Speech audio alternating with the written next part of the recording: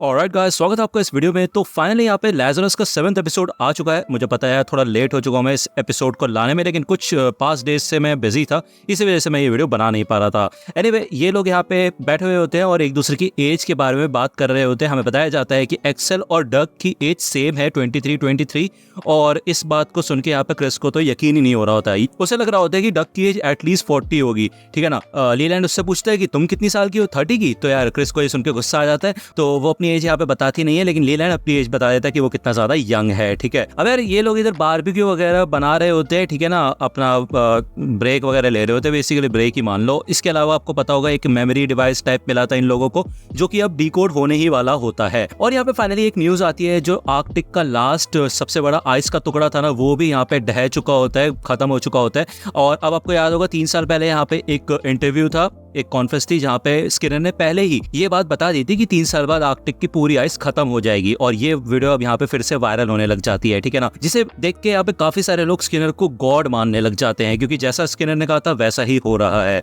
और इसी वजह से यहाँ पे जो हापना है ना, उससे तो लोगों का ध्यान ही हट चुका है, और तकरीबन इनके पास अब 15 ही दिन बचे होते हैं पहले विक्टिम के मरने के लिए। अब यहाँ पे दुनिया में एकदम से हड़बड़ी होने लगी है, तो हो सकता है कि यहाँ पे वर्ल्ड वॉर 3 हो जाए, जिस वजह से यहाँ पे हापना से तो लोगों का ध्यान मिट ही जाएगा, और ऐसा हो सकता है कि 15 दिन से पहले ही दुनिया खत्म हो जाए, ठीक है ना। हर्ष भी यहाँ पे आ जाती है, ये लोग मीटिंग करना शुरू करते हैं, बताते हैं, मतलब बेसिकली हर्ष इन लोगों को बताती है कि जो FBI एजेंट्स वहाँ पे आए थे, उन्होंने भी छाछ पड़ताल करने की कोशिश की, उन लोगों को जिनको पकड़ा था उनसे पूछताछ करने की कोशिश की, लेकिन उनको कुछ भी नहीं मिला है। और ये बात कंफर्म हो चुकी है कि जो वहाँ का फाउंडर था नागा, वो एक AI मॉडल था जिसे स्किनर के ब्रेन को देख के बनाया गया था, लेकिन उन्होंने पता लगा लिया है कि स्किनर का खुद इनसे कोई लेना देना नहीं था। तो ये लोग एक बार फिर से उसकी वीडियो को देखते हैं, ठीक है ना। और यहाँ पे स्किनर ने यही बोला था कि वो ये नहीं तय करेगा कि इंसानियत का फ्यूचर क्या होना चाहिए, लेकिन वो तो सिर्फ यहाँ पे 7th ट्रम्पेटर है, ठीक है। तो क्रिस पूछती है कि ये 7th ट्रम्पेटर क्या होता है, तो हर्ष उन्हें बताती है कि ये एक तरीके का नया टेस्टिमेंट है। जॉन, जो कि जीसस के अपोस्टल्स में से एक था, उसने एक बुक ऑफ रेवलेशन लिखी थी, ठीक है ना, जिसमें फ्यूचर बताया गया था।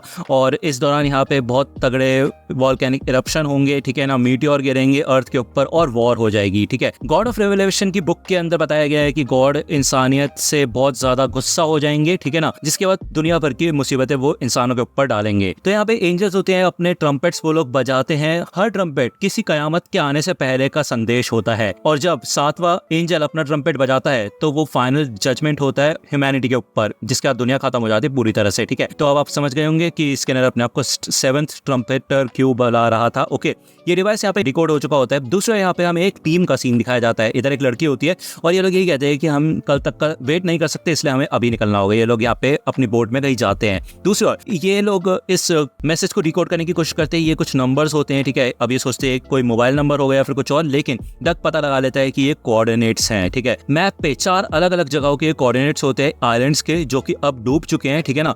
मालदीव्स, मनीला बे, साकिशिमा आइलैंड्स और टुवालू। पिछले 10 साल के अंदर ये आइलैंड्स डूब गए थे, तो अब यहाँ पे कोई भी रहता नहीं है, लेकिन स्किनर ने इन आइलैंड्स को डूबने से पहले ही ये सारे आइलैंड्स खरीद लिए थे। अब इनको समझ नहीं आ रहा होता क्या करें, तो ये चारों के चारों अपनी टीम बना के चले जाते हैं उन लोकेशंस पे। तो यहाँ पे जो हर्ष का सीनियर होता है वो उससे बोलता है मिलने के लिए, ठीक है। दूसरा ये सब के सब लोग चले जाते हैं, और यहाँ पे ये बंदी का सीन हमें दिखाया जाता है। ओके, अभी नहीं बताइए कौन है, ठीक है, और आगे पता चलेगा। अभी जो आदमी होता है ये रिम्ब्रांड करके एक आर्टिस्ट होता है, उसका वर्क देखने के लिए जा रहा होता है, ठीक है। यहाँ पे वो हर्ष से मिलने वाला है। दूसरा ये सारे के सारे बंदे अपनी अपनी लोकेशंस पे पहुंच चुके होते हैं, ठीक है ना। अब यार हमें दिखाया जाता है कि ये सिटीज कैसे डूबी पड़ी है, और हमें कोई भी वर्ड नहीं सुनाया जाता इस पूरे सीन में। ये लोग बस अपनी लोकेशन पे जाने की कोशिश कर रहे होते हैं सबके सब, ठीक है। दूसरा यहाँ पे रेना इनके ऊपर नजर रख के बैठी होती है, इनके स्टेटस को ट्रैक कर रही होती है, GPS लोकेशंस वगैरह, ठीक है। ये सबके सब अपने रास्ते पे निकल जाते हैं, और फाइनली जब ये इस पॉइंट पे पहुंच जाते हैं ना, तो क्रिस देखते हैं कि एक बोट यहाँ से जा रही होती है। इसके अलावा ये लोग अपनी अपनी लोकेशन पे पहुंच के देखते हैं, इधर इनको ज्यादा कुछ मिलता नहीं है, क्योंकि सारे शहर ऑलमोस्ट डूब चुके होते हैं, ठीक है ना। ये डुबकी वगैरह लगाते हैं पानी के अंदर, सर्च वगैरह करना शुरू करते हैं, लेकिन इनको कुछ खास क्लूज मिलते नहीं है, ठीक है। लेकिन एक चीज इनको रियलाइज होती है कि यार जब ये शांति से बैठते हैं ना, तो देखते हैं कि समुंदर और आसमान दोनों ही कितने साफ हैं और ब्लू हैं बहुत ज्यादा।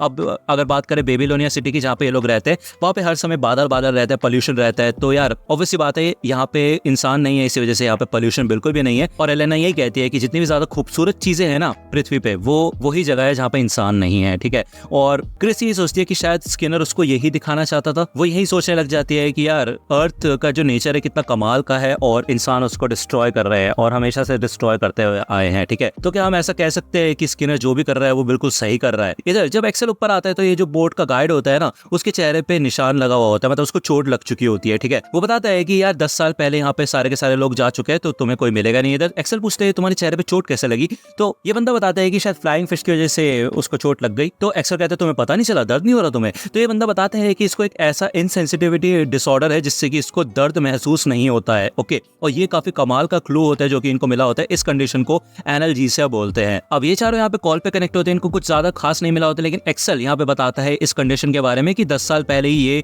जो आइलैंड था, इस पे हर इंसान को ये कंडीशन थी, ठीक है ना, ये डिसऑर्डर था। और इन बंदों के पास उस समय ज्यादा पैसे नहीं थे, तो स्किनर ने ये आइलैंड खरीद लिया था, जिससे कि इन लोगों के पास पैसे आ गए, इतने पैसे आ गए कि ये लोग कहीं और जाके अपनी असली जिंदगी, नई जिंदगी शुरू कर सके, ठीक है। दूसरी इधर हमें हर्ष और उसके सीनियर का सीन दिखाया जाता है। ये लोग इस आर्ट गैलरी के अंदर आ चुके होते हैं। अब हर्ष पूछते हैं कि तुमने मेरे को बुलाया क्यों? तो ये बंदा कहता है कि मैं तुमसे माफी मांगना चाहता हूँ। वो ये कहता है कि मुझे पता था कि तुम स्किनर के बारे में कैसा महसूस करती हो, फिर भी मैंने तुम्हारा फायदा उठाने की कोशिश की। तो हर्ष कहते हैं ऐसा कुछ नहीं है, मैं अपने हिसाब से ही सारी चीजें कर रही हूँ, ये मेरा डिसीजन है, ठीक है। वो यही सोचती है कि बस हर्ष को उसने अकेला क्यों छोड़ दिया, मतलब स्किनर के साथ वो थी तो उसको अकेला क्यों छोड़ दिया उसने पीछे। यहाँ पे ये बंदा बताता है इंटेलिजेंस ब्रांच के बारे में कि उनकी जो आर्मी है वो एक्सेल को ढूंढ रही है, ठीक है, और जो शिप होल एयरपोर्ट वाला इंसिडेंट है उसके बारे में जांच पड़ताल कर रही है, तो एक्सेल इस बारे में बता सकता है। दूसरी ओर यहाँ पे हमें इन लोगों का सीन दिखाया जाता है फिर से, और एलेना बताती है कि 15 साल पहले स्किनर इस आइलैंड पे आया था जब यहाँ पे जीन डोनेशन चल रहे थे, तो उसने इस चीज में पार्ट लिया था, ओके, और जीन्स को इकट्ठा किया था। तो हो सकता है कि जो हापना का रिलेशन है वो इन जीन्स से हो, इस बीमारी से हो, ठीक है। उस समय यहाँ पे स्किनर हेग इंस्टीट्यूट में काम कर रहा था, वहीं पे रिसर्चर के तौर पे, ठीक है। ये लोग ये बात करते हैं कि कैसे स्किनर